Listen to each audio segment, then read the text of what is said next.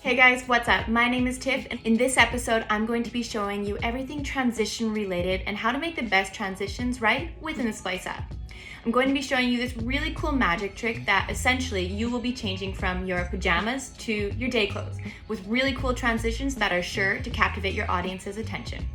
We're going to be using features such as split to really cut and stitch together your videos in the best way possible, sound to captivate your audience, music for the background, adjust for color contrast and saturation, and so much more.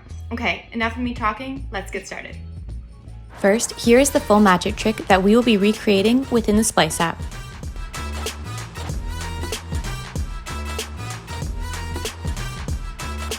Running up the mountain and climbing a tree, twisted like a snake and busy like bees. Don't know what the is wrong with me.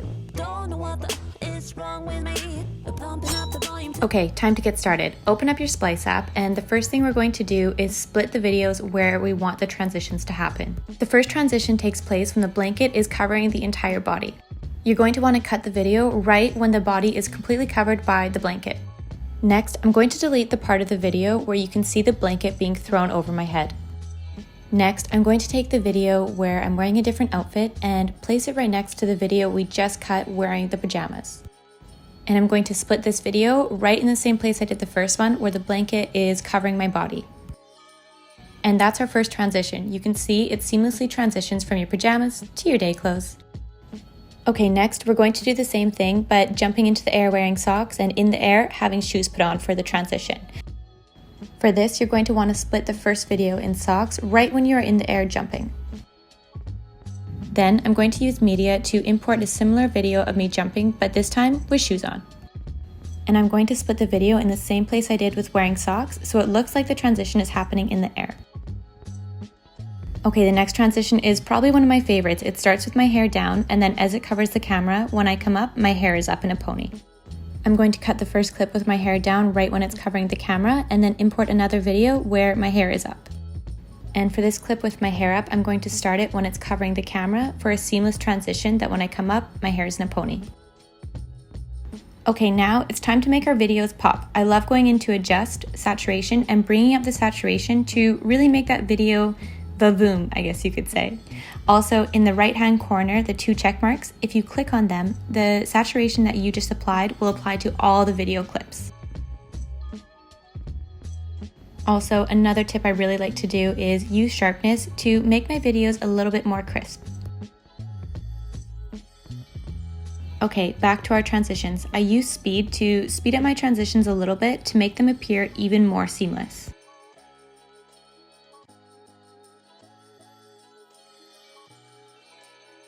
To wrap up my videos, I always like to use effects to really make the viewer feel like, wow, they are amazed at what they just saw.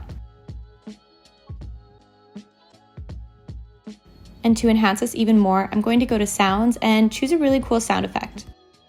And as you can see, Splice has sound effects for pretty much anything your video will need.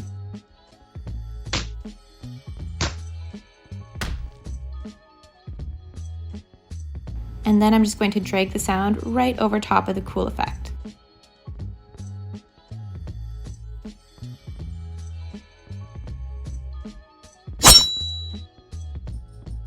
Next up is background music. Background music is essential in captivating your viewers and keeping their attention. For my video, it's pretty fun and upbeat, so I'm going to choose something from the happy category. And I'm going to seamlessly drag the music across the entire video because in this case, I want it to be throughout the entire video in the background. Now it's time to export. As you know, Splice has so many different exporting options. For this one, I'm going to choose Full HD. Okay guys, that was it for this episode. I hope you enjoyed it as much as I did. Comment down below other tutorials you want to see, and be sure to follow along Splice tutorial series for some other cool tips and tricks. In the next episode, I'm going to be showing you how to pull objects out of a computer screen. Yes, you heard that right. So ensure to stick around, and I will see you in the next episode.